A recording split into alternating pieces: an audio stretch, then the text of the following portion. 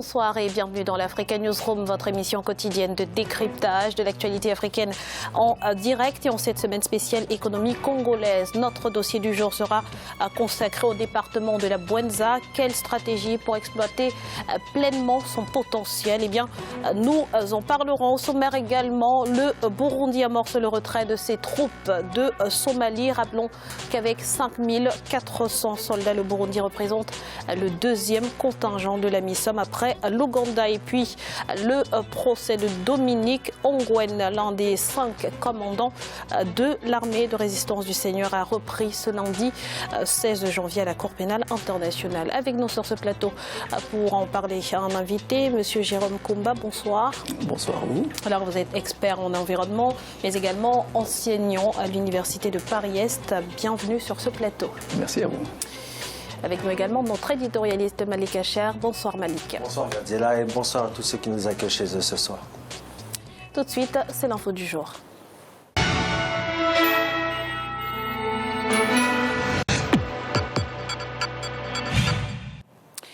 La menace du président Pierre Nkurunziza a été mise à exécution. Le processus de retrait des militaires burundais déployés en Somalie dans le cadre de la force de l'Union africaine est officiellement lancé. Et pour cause, le conflit sur le salaire des soldats n'a pas trouvé de solution. Explication dans ce sujet de la rédaction. Au Burundi, les autorités ont décidé d'entamer la procédure de retrait des troupes burundaises déployées en Somalie dans le cadre de l'AMISOM, la force de l'Union africaine en Somalie. En cause, l'Union européenne, qui finance la quasi-totalité de l'AMISOM, a décidé de ne plus faire passer les 5 millions d'euros mensuels destinés à payer les soldats burundais par les caisses de l'État. Cette décision a pour but d'accentuer sa pression sur le pouvoir qui refuse tout dialogue avec l'opposition. À Bujumbura, le gouvernement décide de son côté de mettre en œuvre sa menace, celle de retirer ses troupes en Somalie. Nous avons décidé de lancer la procédure comme on l'avait déjà annoncé depuis longtemps, car nos troupes engagées au sein de l'AMISOM ne peuvent continuer à travailler sans être rémunérées. Nous aimerions continuer de soutenir et de sécuriser la Somalie, mais nous sommes obligés de mettre en marche les mécanismes de retrait. Les soldats burundais engagés dans l'AMISOM sont entrés dans leur 12e mois sans être payés. Sur un total de 22 000 soldats, le Burundi représente le deuxième contingent de l'AMISOM derrière l'Ouganda. En novembre 2016, l'Union africaine avait rejeté la décision de l'Union européenne de suspendre le paiement des salaires des soldats burundais en Somalie. Pour les observateurs, la décision du gouvernement burundais apparaît comme une réplique à l'Union européenne. Elle est même perçue comme un moyen de pression sur l'organisation européenne. Ce n'est qu'un chantage parce que le gouvernement tire beaucoup d'avantages dans cette présence de notre contingent en Somalie. Le gouvernement burundais, si jamais il venait à décider définitivement de les retirer, je pense même que les moyens financiers pour rapatrier ces troupes ainsi que leur matériel va être un lourd fardeau pour le gouvernement burundais qui n'a plus de moyens financiers aujourd'hui. Pour toutes ces raisons, je pense qu'il ne va pas aller jusqu'au bout, ce n'était qu'un chantage. Pour la présidence burundaise, les modalités de paiement de ces soldats en Somalie sont prévues par un accord signé avec l'Union africaine. Une question qui devra être abordée par les dirigeants du continent lors du 28e sommet de l'institution continentale, les 30 et 31 janvier 2017 à Addis Abeba, en Éthiopie. Malik, par cette décision, les autorités de Bujumbura veulent clairement mettre la pression sur l'Union européenne. Oui, effectivement, Dieu sait que je suis triste de voir la situation du Burundi et sa situation financière, mais je ne comprends pas justement cette décision de l'Union européenne parce que là, les objectifs sont importants, c'est la stabilisation de la Somalie. Et donc, je pense qu'il y a une forme d'irresponsabilité dans cette forme de décision qui a été prise. Donc, je ne la comprends pas. Autant nous pouvons reprocher au gouvernement burundais beaucoup de choses, autant là, il s'agit de financement pour pacifier toute une région. Nous savons très bien que la Somalie est instable depuis fort longtemps et qu'elle n'a pas besoin justement d'une défection des soldats. Donc la décision, entre guillemets, de Bujumbura de rapatrier les soldats, elle est compréhensible. même si je vous dis clairement, je désapprouve la politique actuelle du gouvernement burundais sur le cas intérieur de ce pays. C'est une autre décision qui est très regrettable. Alors, avec 5400 soldats, le Burundi représente le deuxième contingent de la MISOM après l'Ouganda. Quelles seraient les conséquences d'un retrait de cette force ? Vous avez raison de préciser cette chose. Effectivement, dès lors qu'on a un rapatriement tel de soldats vers l'Ouganda, la déstabilisation, elle peut venir à tout moment. Qui sont les soldats qui vont remplacer ceux qui avaient cette mission-là de stabilisation de ce pays, de la Somalie? Et là, il y a un manque, je dirais, criant de politique africaine. Les pays africains ne se sont pas réunis suite à cette décision-là. Quelle alternative va être proposée suite à cette décision justement de Bujumbura? Légitime, je le rappelle, légitime de retirer ces soldats. C'est le statu quo. Et j'ai bien peur que là, ce contingent qui part sera un vecteur d'instabilité. Nous savons que le terrorisme est un terrorisme transnational, un phénomène transnational. Et ce sont d'autres pays qui sont, je dirais, sous la menace de l'instabilité de la Somalie et de cette toute région de la région de l'Est africaine, de l'Est de l'Afrique.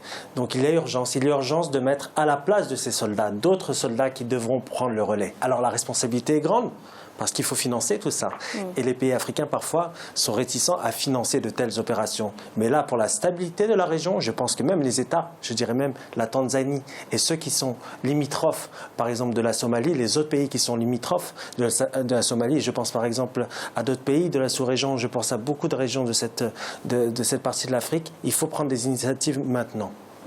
Le prochain sommet de l'Union africaine approche à grands pas. Il aura lieu dans moins de 2 semaines. On imagine que ce sera l'occasion de remettre le Burundi au centre des priorités et éventuellement d'aborder cette question.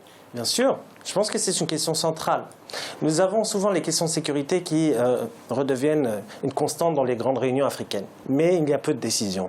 Là, il y a urgence. Et je pense que l'un des pays qui doit justement parler des pays frontaliers, l'Éthiopie, doit être, je dirais, sur ses gardes, parce qu'il y a urgence à stabiliser cette région. Donc j'espère qu'il y a une convocation d'une réunion dans l'urgence et par exemple, pourquoi pas, via l'IGAD, qui était sur d'autres missions, mais qui peut se réunir pour faire, je dirais, obstacle à la contagion terroriste. C'est une nécessité et je pense que nos États africains n'ont pas encore les mécanismes nécessaires pour se dire, nous avons un souci, nous devons répondre tout de suite. Quels mécanismes ont été mis en place depuis? Aucun. Monsieur Kumba. Oui, mais je déplore toujours les échecs de ce type de mécanisme parce que il s'agit d'opérations fondamentales qui sont mises en place pour résoudre des questions centrales. J'imagine qu'il y a un schéma de planification qui dit planification, dit mise à disposition des ressources nécessaires et surtout les ressources financières. Alors, derrière ça, il y a ce qu'on appelle les résultats attendus d'une opération. Mais ce schéma est rarement respecté dans le cadre des opérations qu'on mène en Afrique. Et surtout même lorsqu'elles sont dirigées par l'Union africaine. C'est surtout cette solidarité qui manque. Nous avons le cas somalien qui dure depuis des décennies. Et nous sommes là à regarder cette situation empirer. Rien n'a été fait. Donc je pense qu'il y a une prise de conscience qui doit être forte. Alors très rapidement, on a entendu dire dans le reportage par un membre de l'opposition qu'il s'agissait d'un chantage du pouvoir burundais. Est-ce que vous pensez que c'est le cas? Est-ce que vous pensez que le président Nkurunziza va faire volte-face? Alors, je pense qu'il faut déplacer cette question de la question intérieure propre à ce pays. Dieu sait que je suis très critique vis-à-vis du Burundi et vis-à-vis de la politique qui est appliquée. Mais là, il s'agit d'une question externe et d'une question de sécurité du continent africain et là de la partie est du continent africain. Donc non, je ne pense pas que c'est du chantage. Je comprends l'opposition, elle est dans son rôle justement de chercher ce qui peut la relancer dans le débat public parce que cette opposition justement du Burundi, elle est inexistante malheureusement du fait de la répression qui a été mise en place. Mais je pense que ce n'est pas du chantage et cette opposition devrait dire finalement nous sommes en désaccord profond avec le gouvernement, mais sur cette question-là, il faut absolument que les soldats soient payés, les soldats burundais, pour préserver la stabilité de la Somalie.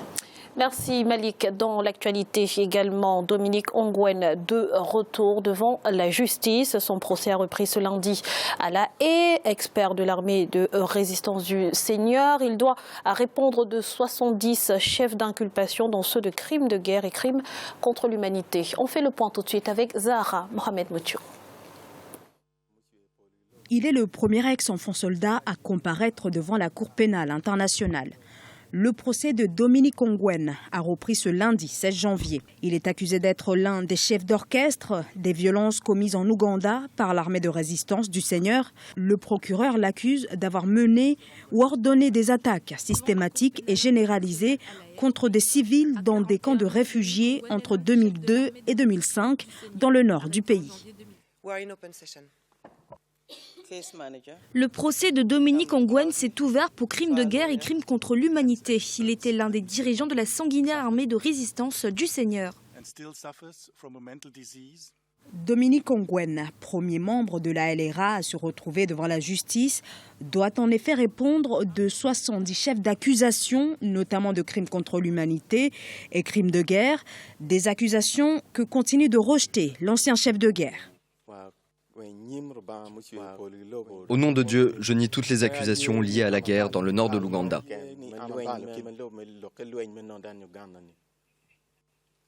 Ce procès se révèle particulièrement complexe pour la CPI, puisqu'avant de devenir un commandant de l'armée de résistance du Seigneur, Dominique Ongwen, aujourd'hui âgé de 40 ans, a lui-même été kidnappé sur le chemin de l'école à l'âge de 10 ans par les hommes de Joseph Kony, le chef des rebelles de la LRA.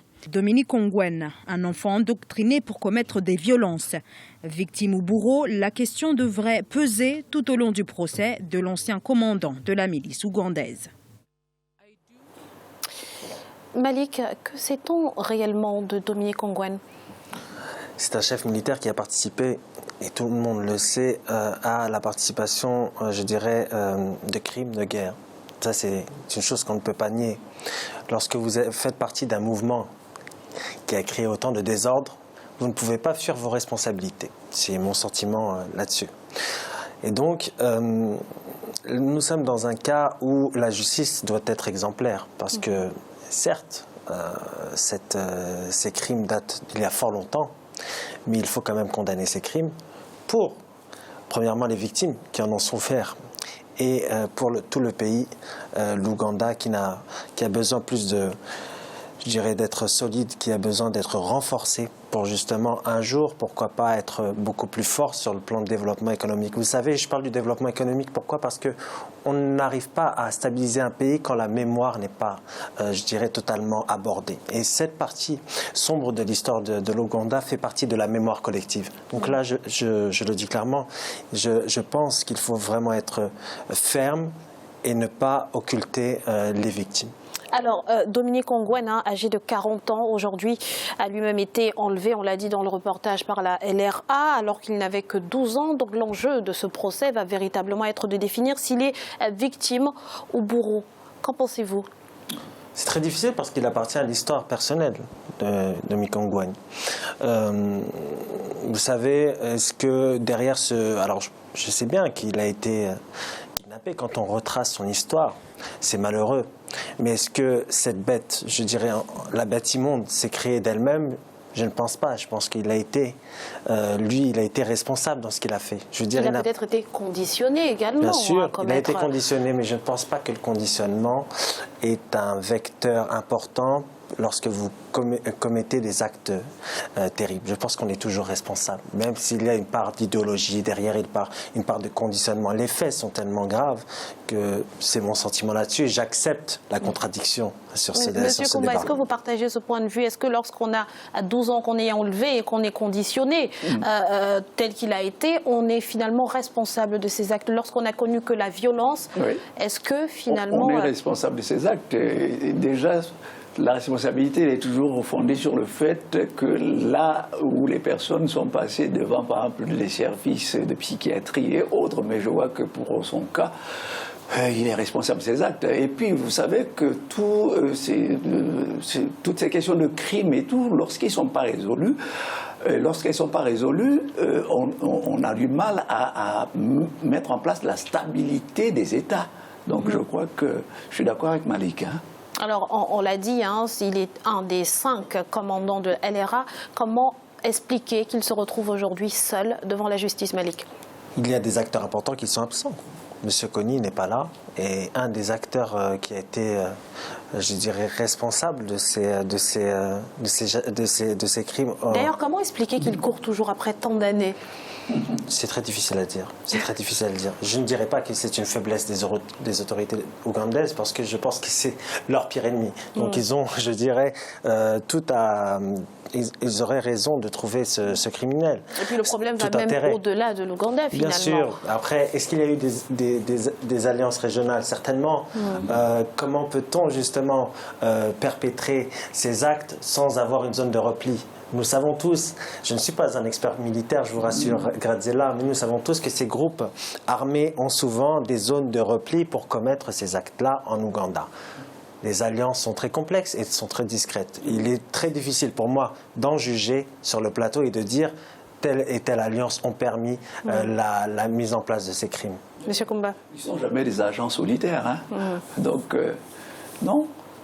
Je vois que c'est un crime et la personne doit être poursuivie et on doit savoir ce qu'il en était. Voilà. Allez-y, Malik. Rapidement, malheureusement, ces faits sont la constituante d'une situation qui a fait que le régime d'Amin Dada s'est écroulé, qui a fait que cette instabilité a permis justement l'émergence d'une armée. Et je dirais même le fait que le président actuel, Museveni, ait participé à la lutte armée pour arriver au pouvoir, a participé un peu malheureusement à cette violence-là. Même si je ne dis pas qu'il en est responsable, je dis que c'est un vecteur d'instabilité. Merci Malik. Vous voulez rajouter quelque chose? Allez-y, c'est bon.